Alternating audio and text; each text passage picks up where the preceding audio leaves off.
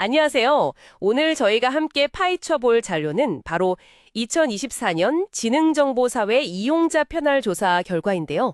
방송통신위원회랑 정보통신정책연구원에서 나온 아주 따끈따끈한 데이터입니다.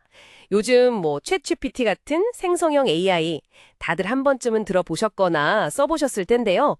과연 우리나라 사람들은 이걸 얼마나 쓰고 있을지, 또 유튜브나 포털 알고리즘 추천은 어떻게 생각하는지 한번 같이 보시죠. 네, 안녕하세요. 이번 조사가 스마트폰이나 인터넷 자주 쓰시는 분들 만 15세에서 69세 사이 4,420명을 대상으로 한 거거든요. 단순히 쓴다 안 쓴다 이걸 넘어서서 왜 쓰는지, 또 왜 안 쓰는지, 뭘 걱정하고 또 뭘 기대하는지 좀 깊이 있게 다룬 자료입니다. 여러분의 실제 경험이랑 한번 비교하시면서 들으시면 더 재미있을 거예요. 네.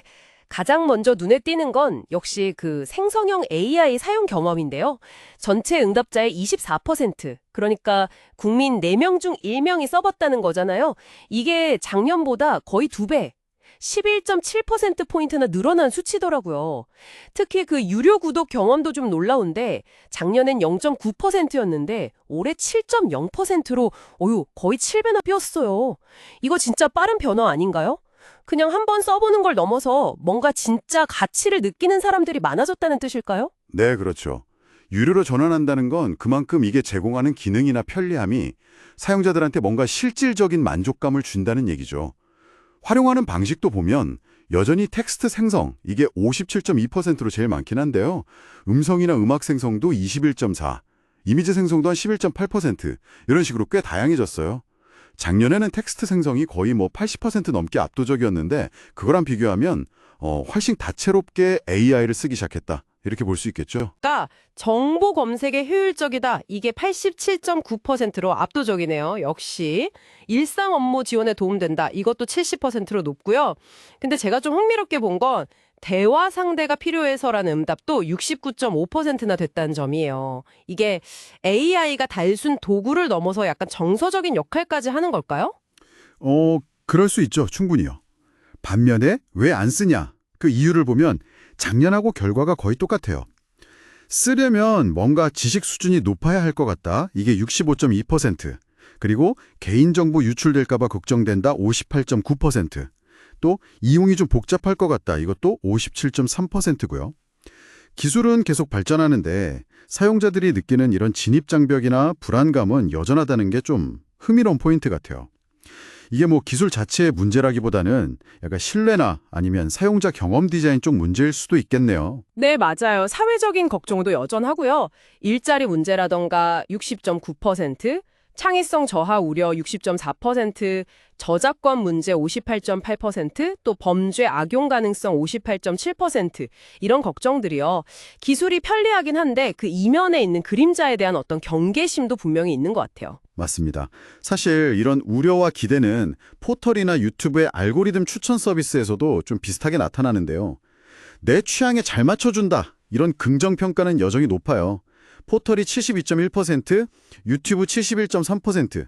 근데 전반적인 만족도나 계속 사용하겠다 이런 의향은 작년보다 조금씩 떨어졌어요.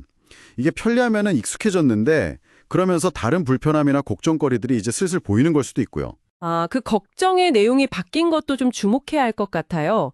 작년에는 가치관 편향, 이걸 제일 걱정했는데 올해는 보니까 포털은 불법 정보 노출 47.4%, 유튜브는 개인정보 유출 48.3%, 이게 가장 높게 나왔더라고요.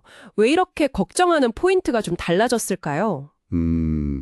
아마 최근에 사회적으로 불법 촬영물 유통 문제라던가 개인정보 유출 사건들이 계속 좀 이슈가 되면서 이용자들의 경각심이 그쪽으로 더 쏠린 결과가 아닐까 싶어요. 작년에는 이제 알고리즘이 만드는 필터 버블이나 확증 편향 이런 거에 대한 논의가 좀 활발했다면 올해는 약간 더 직접적인 위험 요소에 대한 우려가 커진 거죠. 그래서 이용자들이 가장 원하는 건 결국 알고리즘의 컨텐츠 선별 기준을 공개하라. 69.8% 이거였어요. 투명하게 좀 알려달라. 이 요구가 진짜 매년 높아지고 있더라고요. 2023년보다 7%포인트나 늘었어요. 그야말로 깜깜이 알고리즘에 대한 불신이 좀 반영된 결과겠죠? 네, 그렇죠. 그리고 공공이익에 반하는 경우에는 정부가 나서서 좀 제도적으로 보완해야 한다. 63.7%. 목소리도 높아요. 기술은 막 발전하는데 이용자를 보호하는 장치는 그 속도를 잘 못 따라간다. 이런 인식이 좀 깔려 있는 것 같아요. 참고로 앞으로 이런 지능정보 서비스가 우리 삶을 개선할 걸로 기대되는 분야로는 의료 92.4%가 압도적이었고요. 그 다음이 금융 88.9%, 소비 84.6% 순서였습니다. 역시 건강 문제에 대한 기대가 큰 것 같아요. 자, 오늘 살펴본 내용을 좀 정리해보면요. 생성형 AI 사용은 정말 빠르게 늘고 있지만 여전히 넘어야 할 문턱, 그러니까 사용 장벽이나 프라이버시 우려 같은 거, 또 사회적인 고민거리도 같이 안고 있고요. 그리고 알고리즘 추천 서비스는 편리하기는 한데 불법 정보나 개인정보 유출 같은 새로운 걱정거리가 생기면서 투명성에 대한 요구가 커지고 있다. 뭐 이런 거네요. 결국 기술의 빛과 그림자를 우리가 동시에 보고 있는 셈이군요. 네, 맞습니다. 이 조사가 딱 지금 우리가 서 있는 디지털 사회의 어떤 단면을 보여주는 중요한 자료라고 생각해요.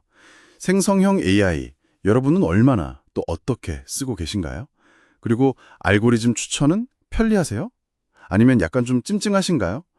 이 데이터 속 다른 사람들의 생각과 여러분의 생각을 한번 맞춰보는 것도 꽤 의미 있을 것 같습니다. 네. 마지막으로 이런 상상을 한번 해보면 어떨까 싶어요. 만약에 유튜브나 포털이 정말로 그 알고리즘 작동 방식을 아주 속 시원하게 다 공개한다면 여러분은 그 정보를 딱 봤을 때 어떻게 받아들이실 건가요? 아, 이래서 이 영상이 나한테 떴구나 하면서 더 신뢰하게 될까요? 아니면 아니, 결국 이런 기준으로 날 분석하고 있었던 거네 하면서 오히려 좀 더 경계하게 될까요? 다음에 유튜브나 포털 쓰실 때 추천 콘텐츠 보면서 한 번쯤 생각해 보시면 흥미로울 것 같습니다.